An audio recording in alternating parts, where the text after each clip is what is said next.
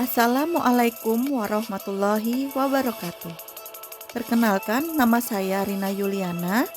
Saya peserta Latsar CPNS tahun 2022, Pemerintah Kota Banjarbaru, golongan 2, angkatan 17, kelompok 3, NDH 30.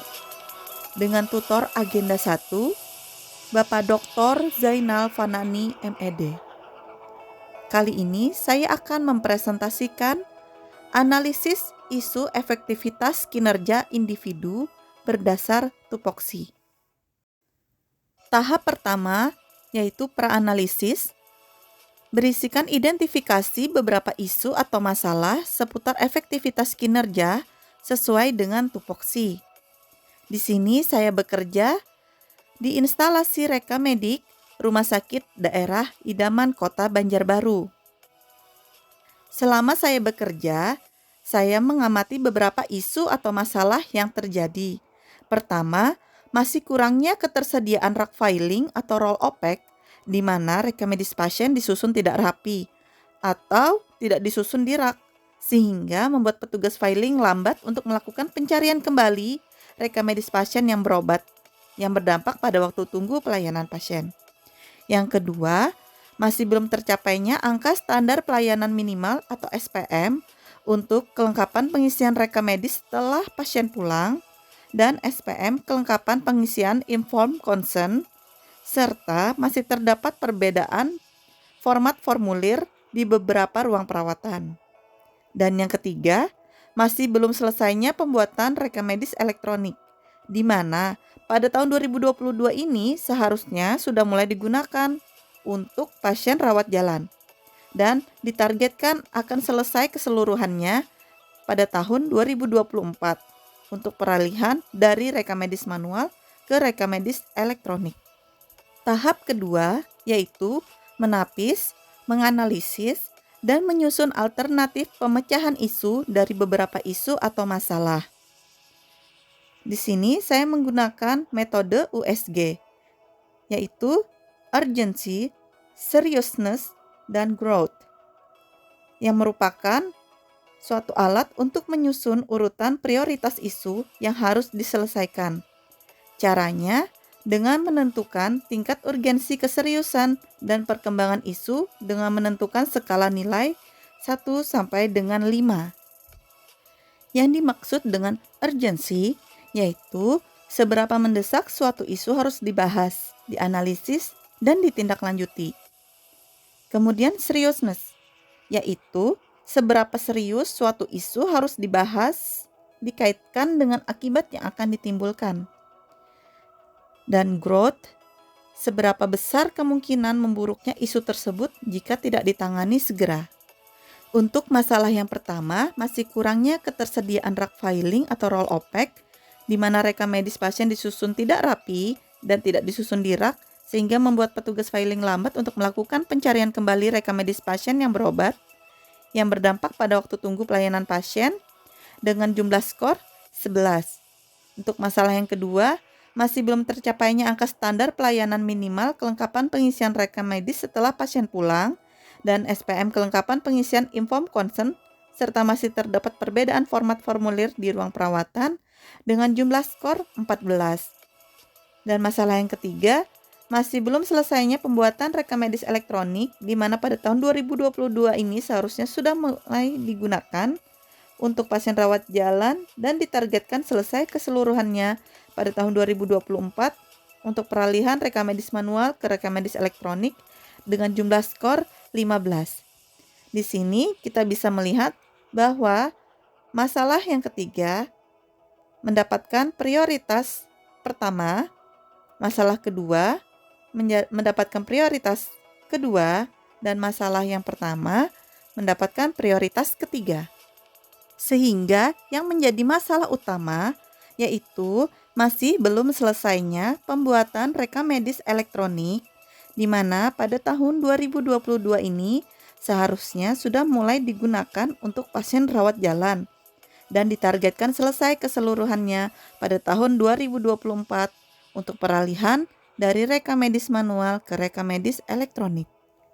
Tahap selanjutnya yaitu analisis sampai ke akar masalah dengan menggunakan metode Fishbone. Dari metode Fishbone, kita dapat mengetahui penyebab dan akibatnya. Di sini, penyebabnya terdiri dari 4 aspek, yaitu people, price, process, dan prosedur. Untuk aspek yang pertama, people, di mana kurangnya pengetahuan petugas tentang rekam medis elektronik. Kemudian, revisi formulir yang tidak kunjung selesai oleh profesional pemberi asuhan. Aspek yang kedua yaitu price, di mana biaya yang mahal dalam penyediaan sarana dan prasarana. Untuk aspek yang ketiga yaitu proses, di mana rekam medis manual masih digunakan, serta membutuhkan waktu yang lama untuk perancangan. Dan aspek yang keempat yaitu prosedur, di mana masih belum ada peraturan atau regulasi tentang rekam medis elektronik. Untuk akibat yang ditimbulkan yaitu prioritas permasalahan yang tadi, di mana masih belum selesainya pembuatan rekam medis elektronik, di mana pada tahun 2022 ini seharusnya sudah mulai digunakan untuk pasien rawat jalan dan ditargetkan selesai keseluruhannya pada tahun 2024 untuk peralihan rekam medis manual ke rekam medis elektronik.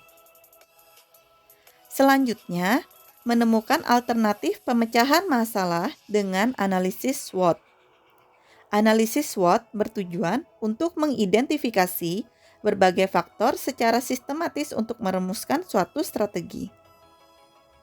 S untuk strength atau kekuatan, W untuk weakness atau kelemahan, O untuk opportunities atau peluang, dan T untuk threats atau ancaman. Kekuatan yang dimiliki, yang pertama, sudah adanya aplikasi Sistem Informasi Manajemen Rumah Sakit untuk pengembangan rekam medis elektronik. Dan yang kedua, adanya dukungan dari jajaran manajemen untuk mengembangkan rekam medis elektronik. Adapun kelemahannya, yang pertama, peralihan rekam medis manual ke rekam medis elektronik memerlukan waktu yang lama. Yang kedua, masih perlu sosialisasi dan pelatihan terkait teknologi informasi kepada user. Dan yang ketiga, biaya yang mahal untuk penyediaan sarana, prasarana, dan pemeliharaan. Adapun peluangnya, yaitu dengan adanya sistem rujukan online, maka resume pada pasien juga bisa secara online. Dan untuk ancamannya, yang pertama, adanya rumah sakit pesaing yang mulai mengembangkan rekam medis elektronik. Yang kedua, terjadi perubahan persepsi pasien terhadap pelayanan. Dan yang ketiga, masih belum adanya regulasi atau undang-undang khusus mengenai rekam medis elektronik. Di sini saya menawarkan alternatif penyelesaian dari masalah, yaitu menyegerakan perancangan formulir rekam medis elektronik secara bertahap, yang diutamakan untuk pasien rawat jalan terlebih dahulu.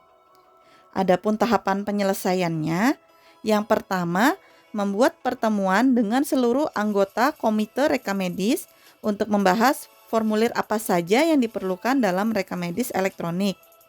Yang kedua, mengajukan kebutuhan sarana dan prasarana, sehingga saya menawarkan alternatif penyelesaian masalah, yaitu dengan menyegerakan perancangan formulir rekam medis elektronik secara bertahap.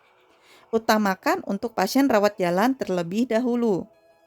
Untuk tahap penyelesaiannya, yang pertama, membuat pertemuan dengan seluruh anggota komite rekam medis untuk membahas formulir apa saja yang diperlukan dalam rekam medis elektronik. Yang kedua, mengajukan kebutuhan sarana dan prasarana yang diperlukan kepada pihak manajemen. Dan yang ketiga, membuat regulasi untuk peralihan rekam medis manual menjadi rekam medis elektronik. Adapun hasilnya, yang pertama, rekam medis elektronik rawat jalan dapat segera digunakan pada tahun 2022. Dan yang kedua, rekam medis elektronik keseluruhannya akan selesai sesuai target pada tahun 2024. Adapun pihak yang terlibat, yang pertama yaitu seluruh profesional pemberi asuhan. Kemudian ada dari bagian IT, yang ketiga dari manajemen, dan yang keempat dari rekam medis. Demikian presentasi dari saya. Jika ada kesalahan dan kekurangan, saya memohon maaf. Wassalamualaikum warahmatullahi wabarakatuh.